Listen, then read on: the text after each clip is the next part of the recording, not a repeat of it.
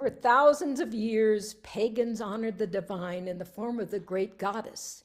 Hear the words of the goddess now in our reading by Starhawk. I, who am the beauty of the green earth and the white moon among the stars and the mysteries of the waters, I call upon your soul to arise and come unto me. For I am the soul of nature that gives life to the universe. From me all things proceed, and unto me they must return. Let my worship be in the heart that rejoices, for behold, all acts of love and pleasure are my rituals. Let there be beauty and strength, power and compassion, honor and humility, mirth and reverence within you. And you who seek to know me, know that your seeking and yearning will avail you not unless you know the mystery. For behold, I have been with you from the beginning, and I am that which is attained at the end of desire. Well, it's great to be with you this morning. I have wonderful memories of being with your congregation and of leading services and giving concerts and workshops there. And hopefully one of these days, I'll be able to be with you in person. So tomorrow night is Halloween. I remember being in Honolulu at Halloween and how so many people celebrated dressing up in costumes. Will you all be celebrating too? For most people in the United States, Halloween is a time of merriment and candy and costumes and scary stories. But for pagan people in Europe and North America, this is a sacred holiday, the most sacred one of the entire year. It has been called Samhain, a Celtic word which means summer's end. Traditionally, it was the time when the harvest had been gathered in. The long days of summer were over, and we're entering the dark time. And for pagans, it's the beginning of the spiritual new year. It's an ancient holiday. It reflects the rhythm of nature in the Northern Hemisphere. I'm here in Rio Rancho, New Mexico today, and leaves here are turning gold and falling, and vegetation is dying. In that sense, death is in the air.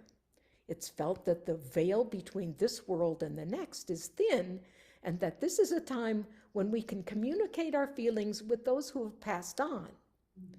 It's not a morbid time, but it's a time to think about those who went before us and to honor them. Samhain is a time of deep magic. For the people of the old religion, this was a time when the veil between the worlds was thin. They felt if they listened very hard, they could hear the voices of their ancestors. They felt close to all the loved ones who had departed. In Europe, it was the tradition to place candles in the windows to help their ancestors find their way. Later, they began putting the candles into carved turnips, and which became the jack-o'-lanterns that we know today. I referred to the people of the old religion. Now, what is this old religion? It's a religion that predates Christianity. It predates Judaism, Buddhism, Hinduism, and the other major religions of the world. For 25,000 years, people practiced this religion. Now, the religion took many forms over those millennia, but central to the old religion was always the image of a goddess. She was called by many names in many different cultures. Her images appear in sculptures and pottery. These images are different, but they have many things in common. For one thing, the goddess was big. Right? She was not just a little fairy-like nymph. She was substantial. She was bountiful. She was nurturing. She was strong, but she did not have a warlike aspect. That warlike aspect only came later in patriarchal times. Images like Athena in her warrior helmet urging men into battle only came later. That was not the way she was imaged for thousands of years. She was a goddess of peace, and for thousands of years, people lived in peace. Now, how do we know this? The archaeology shows us. During the time of the ancient goddess cultures, there are no fortifications in the towns. There are no weapons of war. The bones that they find have no marks of violence. Now, let that sink in for a moment. There are naturally occurring things in those bones, like osteoporosis, but no marks of violence. You know, we have this image in our heads of a caveman with a big club dragging a woman by the hair, right? We need to let go of that image because the actual evidence shows us something very different. It shows us an egalitarian society.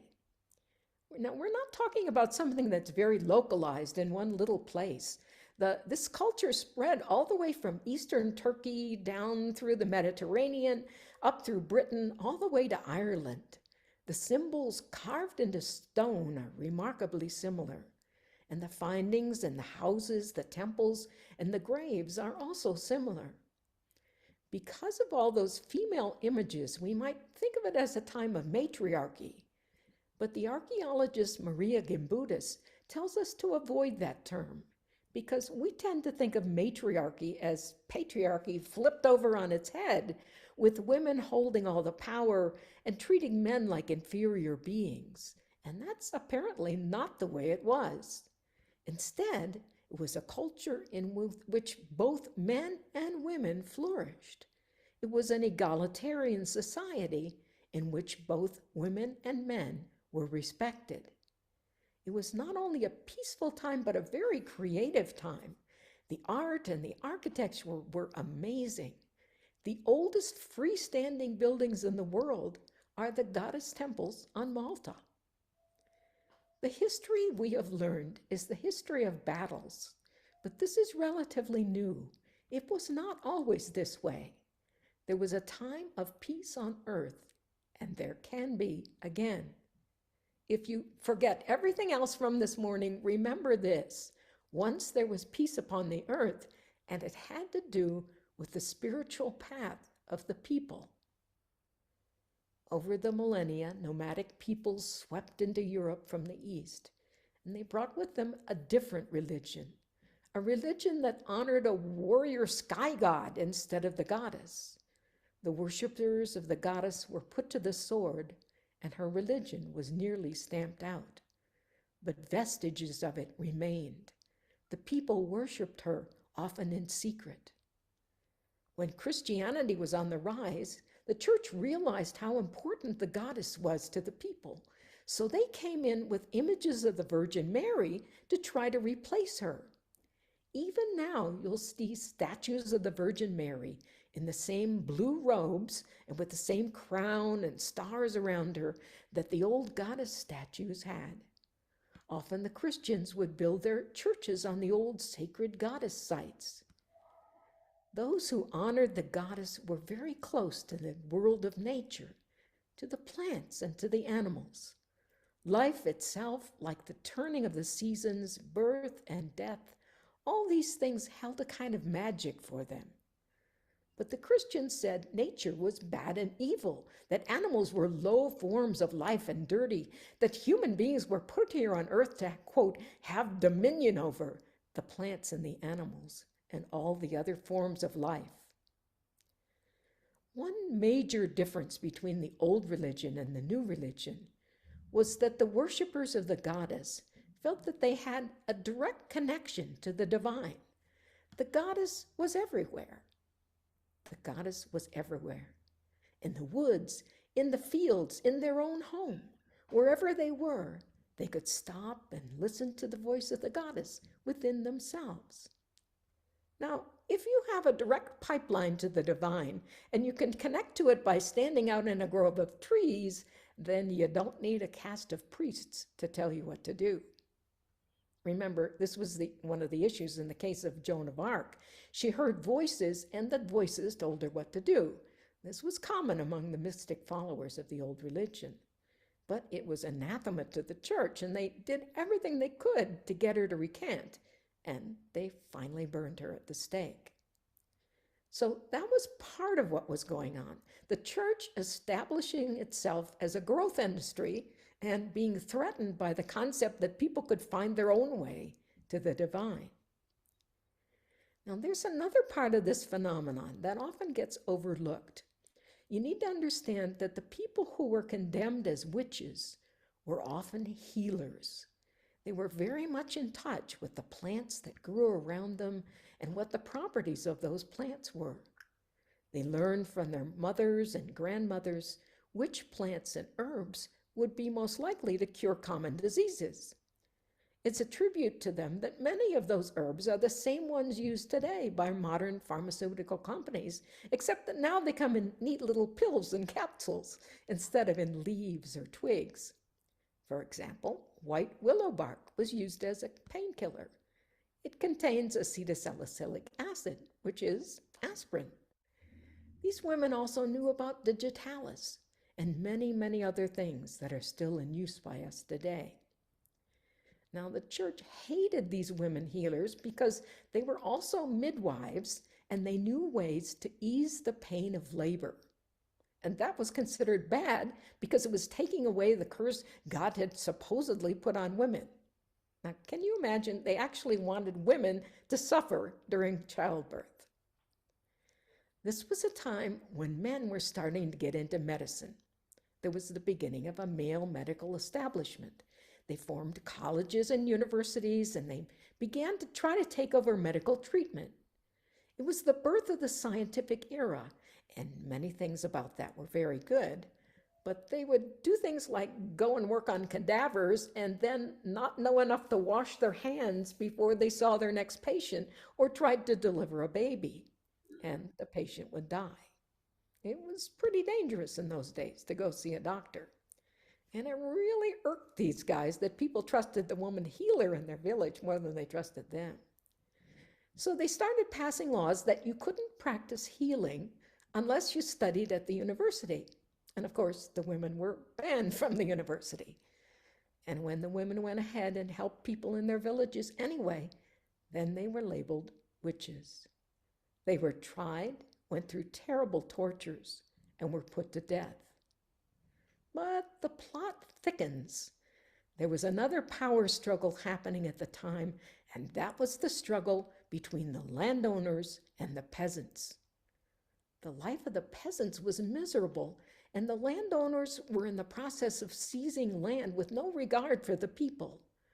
Out of desperation, the peasants were starting to rebel. Now, the landowning class got together with the church hierarchy and said, "We're not the source of all your problems. Your problem is you have a witch in your community, and she's making your cow turn dry, and she's causing your youngest child to be sick, and she's making your crops fail. It's her, it's her, it's her, and if you get rid of that witch, then everything will be fine." From what historians can piece together of the records, it appears that over a period of 300 years, at least 60,000 people were killed as witches. Some estimates are as high as 9 million people, and more than 80% of those people were women. Today, we want to honor the memory of the witches, these innocent people who were burned and drowned and hanged, and we want to give thanks for our own liberal religion that stands for justice for all people. Think now for a moment of all the people who remain strong in the face of injustice. Think of the people whose names we know through history. But also think of the people in your own life who served as mentors for you, who helped you become who you are. We want to honor them as well this morning. In their honor, I'd like to share with you a reading adapted from Kathleen McTeague. She says, "It is right to remember the names of those who gave us strength in our living. It is right to name the power of lives well lived. We share a history with those lives. They too were strengthened by what had gone before. They too were drawn on by the vision of what might come to be. Those who lived before us, who struggled for justice and suffered injustice before us, have not melted into the dust. and have not disappeared.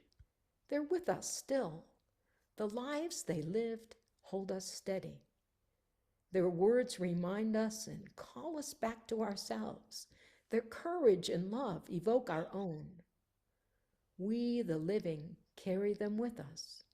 We are their voices, their hands, and their hearts. We take them with us, and with them we choose the deeper path of living. So let this Halloween, this Samhain, be a time of remembering for you. Let it be a time of connection with those you've loved and with those who have done so much to make the world a better place. Blessed be.